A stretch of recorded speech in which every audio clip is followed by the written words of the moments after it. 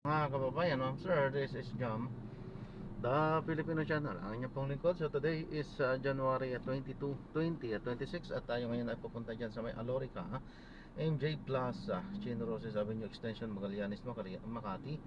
At dadalhin po natin yan sa may Labaria, Mandaluyong, sa may Pantalyon Street, Barangay Itaas, Mandaluyong po yan. Okay, so magbabalik po yan.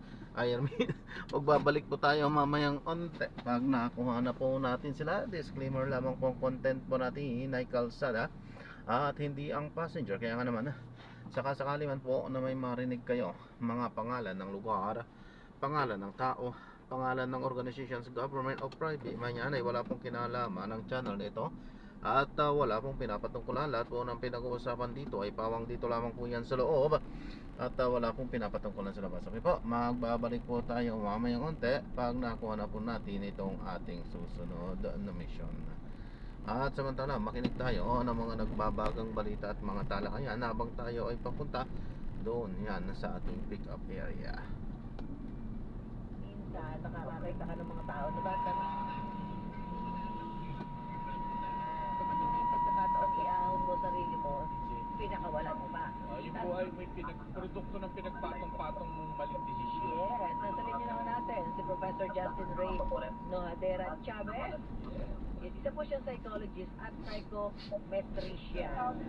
Prof, good morning, Prof. Good morning po, Ma'am Susan and Sir Mark. Magandang umaga po and Happy New Year po sa ating lahat. Happy New Year po, Happy Prof. New Year, Chavez. ayan. Prof. Chavez. Ito daw, may mga 10 hamon daw ng buhay na dapat alam natin, Prof. Ito ba'y, nabasa mo na ba itong 10 na ito? Prof. Prof. Nagkakatla po. Yan, okay. Good morning po ulit, Ma'am Susan and Sir Mark. Sorry po. Okay na po, okay po. Yung sinasabi, 10 Yes, po. hamon daw ng 10 hamon ng buhay. 10 mga nangyayari sa buhay natin. So dapat parang dapat aware tayo, di ba? Ano, usapan na Tungkol sa karma. yung una sa Prof. Lahat daw ng ginagawa natin mas TTCMM, numero 1 sa aksyon. Okay, balik tayo dito sa programang Kabayan. Nakalimutan lang natin sabihin para dun sa mga gustong magpadala ng inyong mensahe bago tayo matapos mamaya sa ating programa ay ito, Viber number tayo sa DCMM Teleradio 0919-278-3000. Yan, okay. So, syempre, itong DCMM Radio Patrol 330 ay napakikinggan ho sa Metro at Mega Manila sa 630 kHz sa AM band at sa bayang napapanood nationwide sa DCMM Teleradio Cable Channel. At available kami sa free-to-air digital TV sa PRTV Prime Media Channel 31. At sa buong mundo, yan ho, sa pamamagitan ng The Filipino Channel I1 TFC. At live ho kami sa DCMM Teleradio YouTube at Facebook. At i-like at kung pwede mag-subscribe na rin sa DCMM Radio Patrol sa Istrenta, Facebook, TikTok, X at Instagram. Ayan, Facebook Live ho tayo. Okay, hinintay natin yung una nating guest. Importante kasi ito dahil kahapon nag-file ho ng case ho si former Senator Antonio Trillanes ng another set ng complaints actually dito sa kay Vice President Sara Duterte at in connection with this misuse ng confidential funds at saka yung panahon na she was still Secretary ng Department of Education, DepEd, at nung mayor pa siya ng Davao City. So ito, alamin natin yung marami kasing development lalo na dun sa hanay ho ni former Senator Trillanes. Ang alam ko, itong pinail niya ay kasama niya rito isang grupo rin ng supposedly ay civil society group, Silent Majority TSM. Alamin nga natin yun kung ano yung TSM na yun, Silent Majority Group na yun. Nakasama niya pangunguna ni Roselyn Acosta. Okay? At, Pick up lang po. Ito, yung si Trillanes at saka yung kinikimplain kasi itong tatong pinahid sa ombudsman kahapon, alala ko, no? At former Finance Undersecretary Shelo Magno Tapos ang kanila ding parang pinag-uugatan ito ay yung supposedly alleged misuse ni VP Sara dun sa 612.5 million diyan sa confidential funds. Ito, malaki ho itong story na to, kaya sinusundan natin at alam ko si Senator Trillanes ay kasama rin dito sa mga convener group na nagkaroon ng consolidation meeting. Ito ay yung mga grupo ng mga kakamping, di ba? Yung mga supposedly yellow group. Nandoon sa picture, kung matatandaan nyo, nandoon sila Alex Lacson, nandoon si Erin Tanyada, nandoon si Congresswoman Laila de Lima, si Congressman Chel Chocno, tapos si Alex Lacson, nandoon din yung si Dino de Leon, Atty. Dino de Leon, at si Senator Risa Ontiveros nandoon din. Pero pag-grupo din nila syempre dyan at hindi naman naka-attend ay sila Senator Bam, Senator Kiko. Kaya alamin natin kasi alam ko parang ito ay paghahanda na rin para dyan sa 2028 election. Pinaghahanda na nila kasi that's almost more than 2 years from now. So naghahanda na sila para at least magkaroon ng parang gusto nila ay isang pwedeng umarap. Dahil sa lumalabas sa mga surveys ay talagang strong contender for 2028 for now ay si VP Sara Duterte. So alamin natin din pag nakausap na ho natin si Senator Trillanes kung ano yung mga let's say pamantayan na kanila sinusunod, no, para at least magkaroon ng isa lang kandidato laban ho kay VP Sara. Okay, hindi pa ho natin siya nako-contact pero naka-kumpirma ho na makakausap natin siya sa pamamagitan ng telepono. Okay? Kasi marami ho rin pagpuna laban dito kay dating Senador si Trillanes dahil puro daw raw to, ingay na naman para raw at least ito discredit lang daw si VP Sara. At wala rin mangyayari. May mga nabasa pa nga akong social media account sabi niya ganito rin yung ginawa noon kay former President Binay. Diba nung kainitan nung parking issue ay VP Binay nung siya ay nangunguna din sa survey, kung inyong matatandaan noon, talagang nagamit itong mga issue na to noon yung sa parking na source of corruption. Ito ay bumenta sa mga sa publiko at naapektuhan sa survey si former Vice President Binay at eventually ay talagang natalo siya. Yun yung time na naging VP si Leni Robredo 2022. Yun yung pag-ano lang yan. Alam ko ng 2010 election kasi, di ba nanalo doon si Pinoy. Pero ang kasama niya noon tumakbo na VP, nung panahon na yun ay si Rojas, Mar Rojas. Okay, habang hinihintay natin si Senator Trillanes, mag-gap muna tayo, maghanap buhay muna tayo. Commercial break, wag ko kayo alis dahil susunod natin mo si Senator Trillanes. Wag ko kayo alis. Kasaya, kapangyarihan ng mamamayan, balita, basta AM, DZMN. Ang programang ito ay hatid sa inyo ng Pride Detergent. All you need is Pride. Laro sa Bingo Plus na para tuloy-tuloy ang premyo at saya. At malay mo mapagalunan mo ba ang Jackpot Prize sa first online live stream bingo sa Pias. Bingo Plus, bingo sa saya, plus sa panalo. Visit www.agcor.ph/regulatory. Keep it fun at agcor.ph. Responsible gaming at agcor.ph. Gambling is for 21 years old and above. Gambling can be addictive. Know when to stop.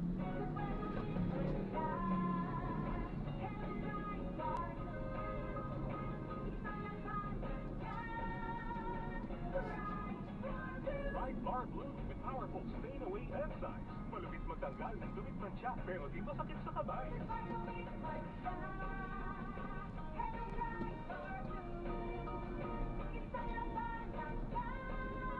Jasper at confident polyconfidence na matyak malupit sa kamay mo. Mabalik Pride Bar Blue manufactured by ACS Manufacturing Corporation. ISO certified world-class quality.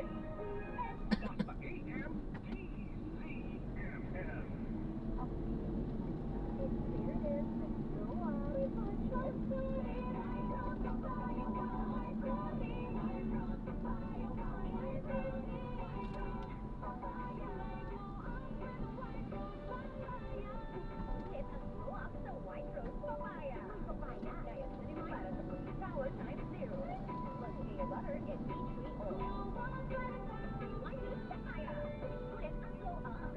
house results may vary. White Rose Papaya, manufactured by ACS Manufacturing Corporation, ISO certified, world-class quality.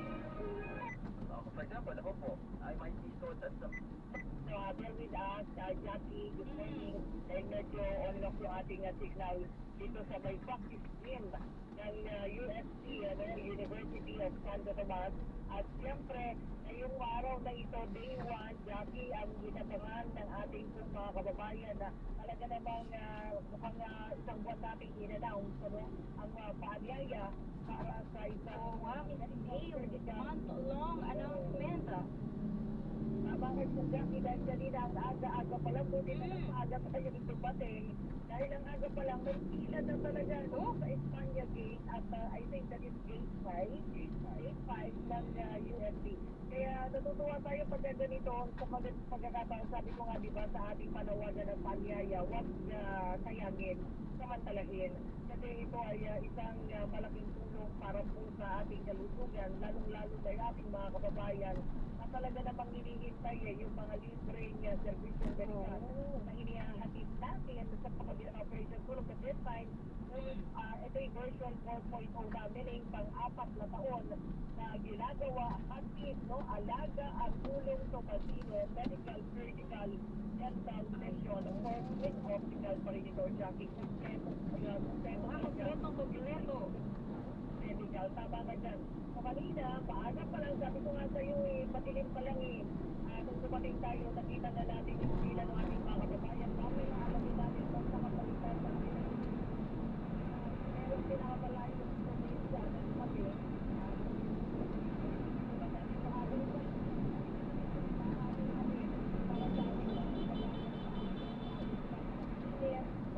Masarap, Jackie, diba? Hindi namin na tinatago na masarap talaga yung ikaw na bigay ito. Oo, talagang tested na para sa lahat ng ating mga kababayan na ating lalo na para sa mga partner natin kasi ganito na University of Santo Tomas Hospital. So, tingnan, nagsimula kami na, very organized kami sa pagkikita ko sa ating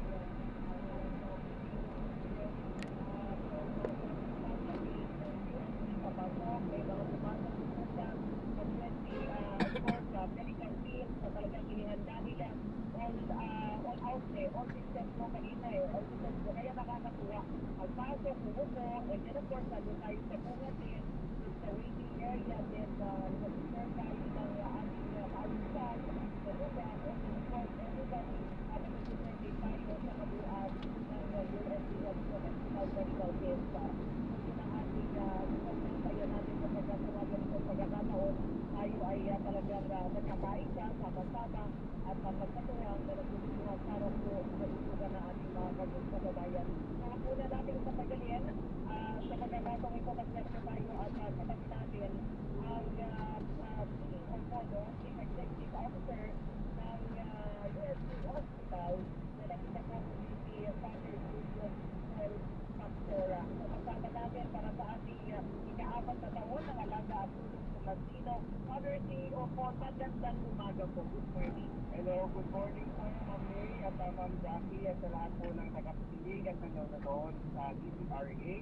At welcome po sa ating 4th year ng alaga at tulong Tomasino na nangyayaring medical surgical session dito po sa UST compound sa pamamagitan po ng UST Hospital. No? Nabanggit po ni Ma'am May kanina ay meron po tayo pagkatapos, meron tayo kanilang natin para sa ating mga pasyente. Unang taon, medical surgical po. Pangalawang taon ay meron mga salamin at yung po mga kumatatandaan nyo, may dental na po tayo, so meron libreng pulot, meron na rin po pasta. At ngayon pong taon, ang bago po, libre rin po ang X-ray, ECG, ultrasound at saka laboratory. So comprehensive. Kasi learning experience yan dati na kapag kami nagpa-check up, kapag meron kailangan ng X-ray at saka ECG, parang kailangan pa rin silang pumunta sa ospital para magbayad. Pero ngayon po, maaaring mamaya pakita natin, meron po tayo ng mobile imaging po. Merong X-ray at saka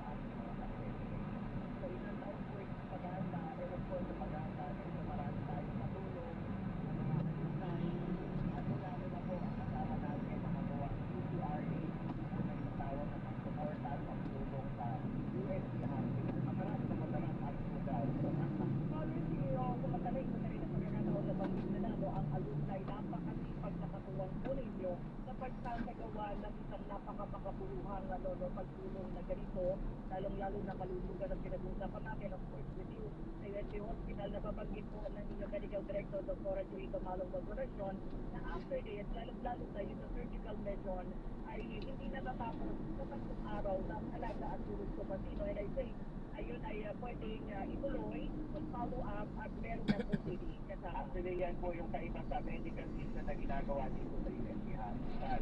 Unlike sa medical mission na wala pong hospital base, usually after ng operation, aalis sa mga doktor, aalis sa mga nag-volunteer. Kaya kung hindi na kailangan mag-follow up, minsan walang mapapag-follow up o kung minsan pupunta sila sa karating sa barrio, karating sa barangay para makapag-follow up check up. Dito po, hospital base po tayo. After po ng operation, pwede po silang bumalik sa UST Hospital. Libre pa rin po ang follow-up check-up po.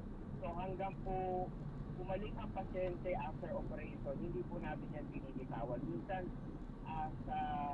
parang as long as parang 3 or 6 months after, bumabalik ang pasyente para sa follow-up check-up po. So, lalo na sa surgical, Father, Yes, yung surgery natin, interesting kasi meron po tayong open heart surgery, angiogram at pacemaker. Actually, pagka ordinary na mamamayan, ang isang pacemaker po 100,000. Pagka kasamang operation, almost 200,000. Dito po meron po tayong pasyente na libre po, wala po gastos. Pati po ang follow-up. ayun, ang galing na Father CEO, Pero meron isa pang mahalagang ngayong araw na nadagdag sa servisyo. I think nakita namin yung doon, yung table ng PhilHealth. Paliwanag lang po natin sa ating mga kababayan na ito yung malaking tulong kapag po sila merong follow-up sa UST. Ayan, another good partner natin this year, yung PhilHealth. Meron po programa yung ang PhilHealth, yung PhilHealth Yakap. Na ibig sabihin, pagka-enroll ka doon sa PhilHealth Yakap, yung 1,700 na laboratory, sagot po yan ng PhilHealth. Kaya andito po yung mga PhilHealth officers natin, mag-enroll lang po kayo at kapag registered na kayo, whatever you need in terms of laboratory, yung kakulangan po na ino-offer ng UST Hospital, pwede po mula ng PhilHealth Yakap. And apart from that, after registration, meron silang 20,000 na libreng gamot for 1 year. So after nitong follow-up, pag-close ang medical mission this year, yung follow-up nila, every month sa UST Hospital, covered po 20,000 po na halaga ng gamot for 1 year. And I think malaking tulong yun kasi kung matatapos na yung taon, next year magre-replenish po yung 20,000 each. Father, sa mga naririto ngayong araw, siguro meron naman tayong guide na magdadala sa kanila doon sa table ng PhilHealth para mas maintindihan nila na yung pinunta nila dito talagang sulit na sulit para po sa kanila. And of course, yun galing po sa mga pulis naman. Ay opo, marami po tayong information officers at saka health desk. Yan din yung additional natin na ginawa ngayon. Dati may mga nagro-roaming lang ng mga information officers, pero ngayon meron po tayong health desk. So kung may mga katanungan po ang ating mga mamamayan, mga pasyente, pwede po silang magsasagot. Na-observahan ninyo knock sa gate, meron nag-welcome sa kanila, may nagpapapila, meron nag-o-offer ng food, meron na po nag-a-access sa kanila habang nakapila para pagkatapos ng pila, i-refer po sila kung kinakailangan ng IM, OPTA, dental, or surgery po. So maayos po yung ating traffic flow o good traffic. Ko nga po, Father CEO, hindi nagtatagal dun sa waiting area. Talagang nakukuha din from pagkain, hanggang pagpasok, vital signs, hanggang dun sa kanilang mga concern, yung kanya-kanyang mga department, talagang naghahatingin sa kayong tagamit sa nurses. Tama po yan, habang lumalaki po yung pasyente natin every year, lumalaki din po at sumadami yung ating partner at saka yung ating mga volunteers. Nakita nyo yan, ma'am, the campaign, na mga doctor, sa mga alumni, umuwi para makatulong. And then, of course, nasa university at tayo, kung kinakailangan nursing volunteers, nandiyan ang nursing students. Kung kinakailangan ng pharmacist, nandiyan ang ating pharmacy students. Kung kinakailangan sa nutrition, teaching, nandiyan yung ating mga nutrition students. Kaya nga this year, kahit na dumadami ang ating pasyente, nakakasasap tayo dahil dumadami rin yung volunteers natin. Yun, at syempre may nadagdag po kami nakita yung po mobile clinic po ba ang tawag dito? Opo, mobile clinic po. Opo. Sa akin kasi kami po partner na rin po mga